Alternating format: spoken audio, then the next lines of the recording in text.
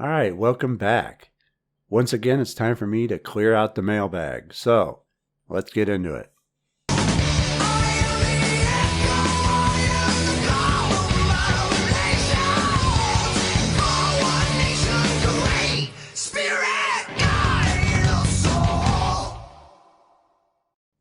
All right, so this first one comes from our old buddy Zach. You may remember him as Mr. Scarcity. You may recall I went a bit hard on him in that video, but some people require a bit of tough love. Not everyone, but some people require it. It's been a while, so let's see how he's doing now. I learned over time that when I am charitable to others, not for my own sake of it coming back to me, but instead because I stopped thinking about myself, better financial health manifests. I was doing money rituals in the past only having myself in mind, which is why they didn't work. Thinking only of oneself is an aspect of scarcity, and when in scarcity, only scarcity can manifest, even if following the right protocols. I began to put my own poor me mentality behind when helping others in small ways, setting myself aside, and each time I did, I noticed a pattern of positive financial results. Sure, yeah, absolutely. I think it's in various degrees, though. I'm not sure it's a one-size-fits-all. Everyone's subconscious is programmed a little differently. Because when I'm charitable, I fully expect to get something in return and come out ahead. Because I always do. It would be weird and unusual for it not to work out that way. But I don't do it for that. I do it to legitimately help people, which falls in line with what you're saying. You don't help for selfish reasons. Because when you're selfless, then you open up that circuit to be able to flow from the self to others back to the self. Now I'm out of debt and have had 3 different stocks double my money in a very short period of time. I'm not super wealthy, but I am financially better off than I have ever been before. Thought I'd come back because your work has definitely helped me out of my own darkness. I'm not completely out yet, but I'm on an upward instead of downward spiral. I went through a very similar experience Tom MacDonald went through, in my case having severe heart problems and dangerously high blood pressure from all the drinking and even taking several nicotine tablets during my binges 2 years ago. In June of this year, it will be 2 years of no alcohol and drugs of any kind. And almost every day I jog for an average of 30 minutes and I'm getting quite fast and my blood pressure is very healthy. Saturn definitely is a necessary evil. Death is a very powerful teacher that made me stop what I was doing. I can't ever see myself doing that kind of thing again. Thank you for all the great work you do. Your old friend, Zach. Yeah, that's great. I appreciate you coming back and letting me know how you're doing. There's no better thing that you can do than to get on that upward spiral of self-improvement. For when you're on the way up, everything gets better. You become more efficient. You get more done. And your life, and by extension, the lives of those around you, improves. I believe the part where you said that you began to put your own, quote, poor me mentality behind you was absolutely key. I called you Mr. Scarcity for a reason at the time, because that's what I kept hearing coming out of you. And I wanted you to see that because most people don't even realize that they're doing it. It was nothing personal, and I do know that you know that. It's the fakes that go around telling people what they want to hear instead of what they need to hear. So, much love to you, my friend. I am absolutely ecstatic that you're doing so much better. And thanks for writing in and for all your support. All right, so this one's a pretty lengthy one, so I'm going to do my best to motor through it. Hello, I hope all is well. I wanted to write this email to express my thanks for your teachings. I have purchased a few of your programs and need to let you know that they are working.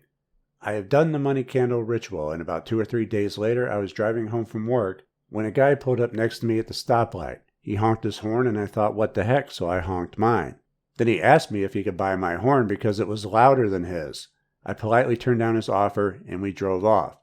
I didn't think nothing of it, then it hit me because I have never experienced or heard of anyone who had such an experience before. I heard your voice say, magic always manifests when you least expect it. Right. Right, absolutely. This is why I have an entire lesson on it in the Laws of Magic series, and a lesson on recognizing and capitalizing on opportunities. Because at the moment that you least expect it, when it manifests, you're not ready for it. And there's a very good chance that you won't recognize it when it manifests right in front of you, which is absolutely critical. But it's not easy because you've already put it out of your mind. It wouldn't even be an issue if you could think about your ritual all the time and it still manifests, because then you're waiting for it. But unfortunately, magic doesn't work like that. It always likes to manifest into your life in unexpected and surprising ways through synchronicity. So you kind of have to be ready for it without being ready for it, which we do by getting better at recognizing and capitalizing on the opportunities as they are presented to us, which I cover in the Laws of Magic series. A few days later, I went for a walk and an old lady and I were waiting for the stoplight. She mentioned to me that the box she was carrying was really heavy, so I offered to carry it for her.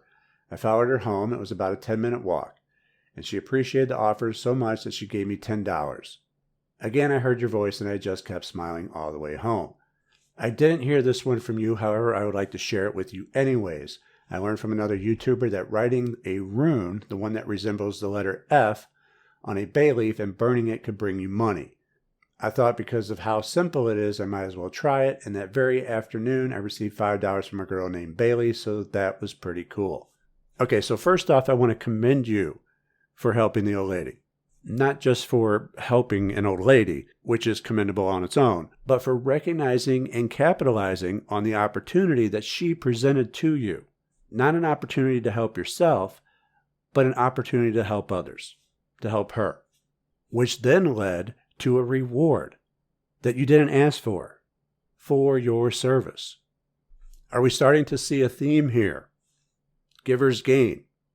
It's something I've talked about quite a bit before. When you give of yourself freely, it will come back to you. This is what gets that circuit moving. This is what gets that input and output circulating. So good job with that. Even if you didn't recognize the opportunity when it happened, you still took it and helped someone, an old lady, in fact, in need. And even if she didn't offer you any monetary reward, knowing that you helped a little old lady in need is reward in of itself, because that feels good. As for the rune on the bay leaf, well, it does make sense. There's a couple runes that look like a letter F. The one you want is the Fehu one, which corresponds with wealth and abundance, and bay leaves themselves correspond with money. It is an herb that I use in my money magic. So yeah, the correspondences are there. And I'm sure a lot of people are going to try this afterwards, so remember, kids, to practice all fire safety and never leave anything burning unattended. I've had problems with cockroaches ever since I moved into this new apartment. No matter how much I cleaned, they just kept showing up, and I called an exterminator who came to set up a bunch of mouse traps that only worked for a couple of mornings, and the roaches were back again. So I used the soap ritual, and now, lo and behold, no more roaches. I am truly grateful for everything that you are doing, and I really wish you all the best. You are absolutely amazing. Thank you from the bottom of my heart. My pleasure. Thank you for writing in and for your continued support. The soap ritual is in the Fire and Water program for those interested in that. They also had some more questions here.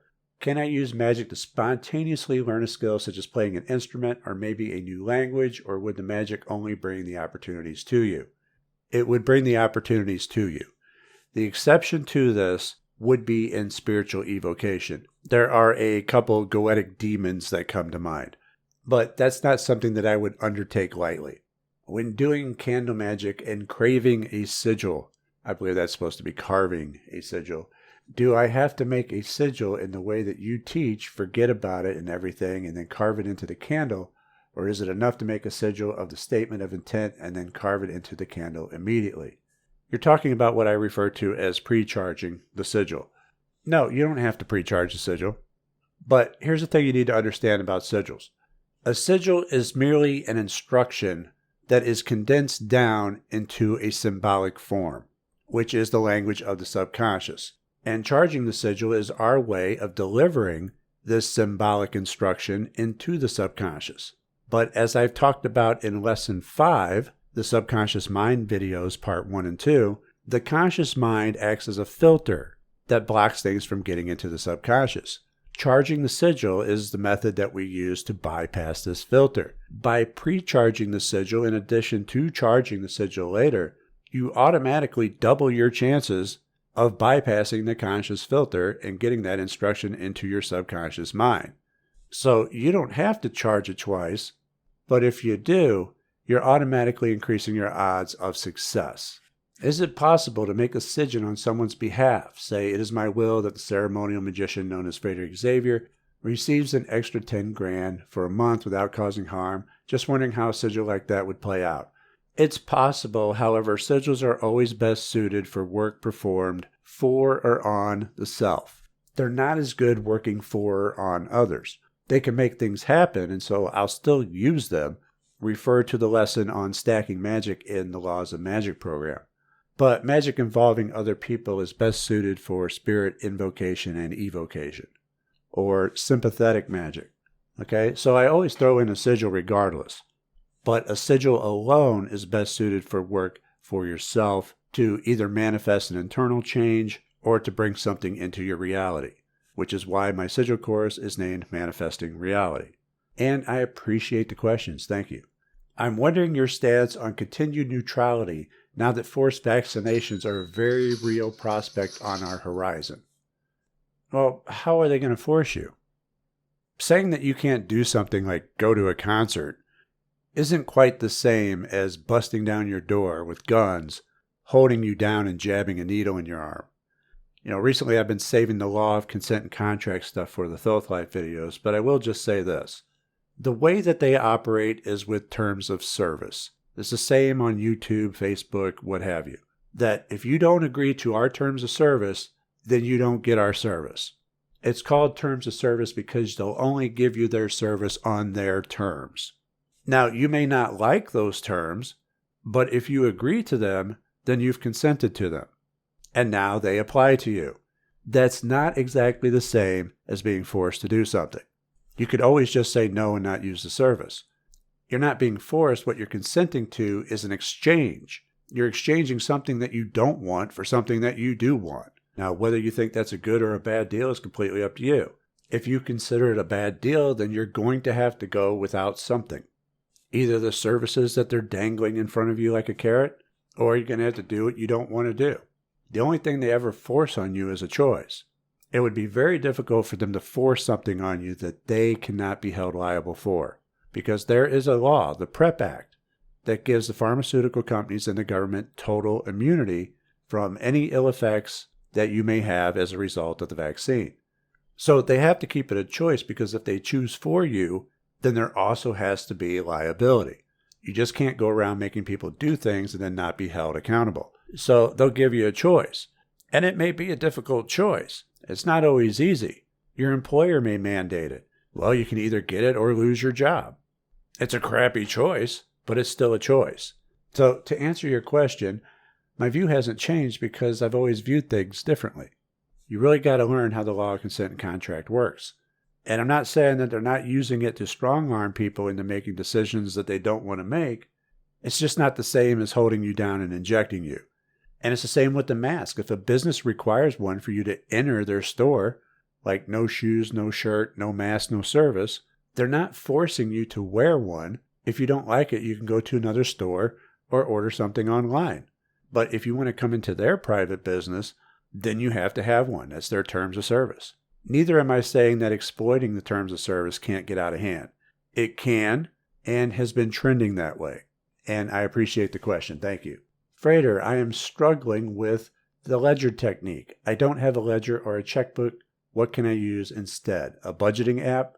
This is a question in reference to the Secrets of Wealth program.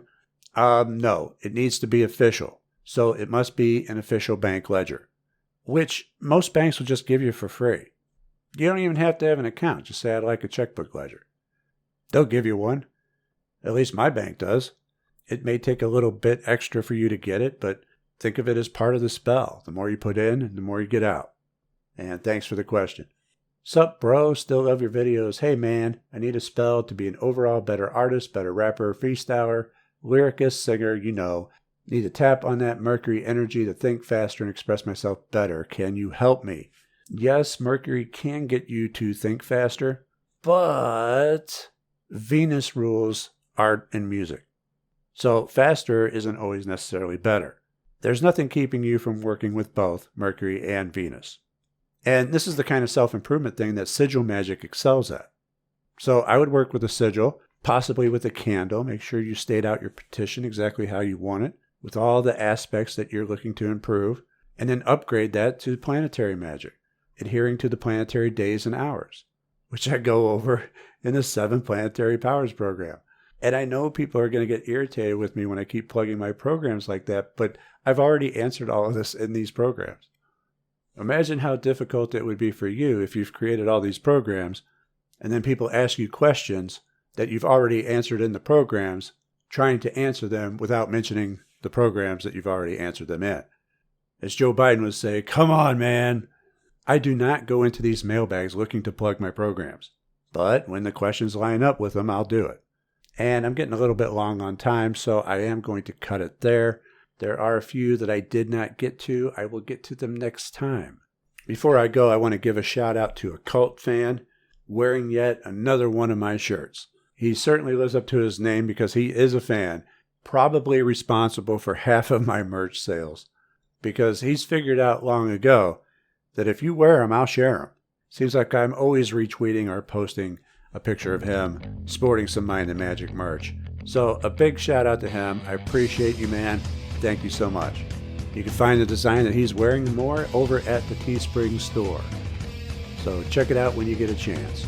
That will do it for this edition of the Mailbag, and I will see you next time. Take care.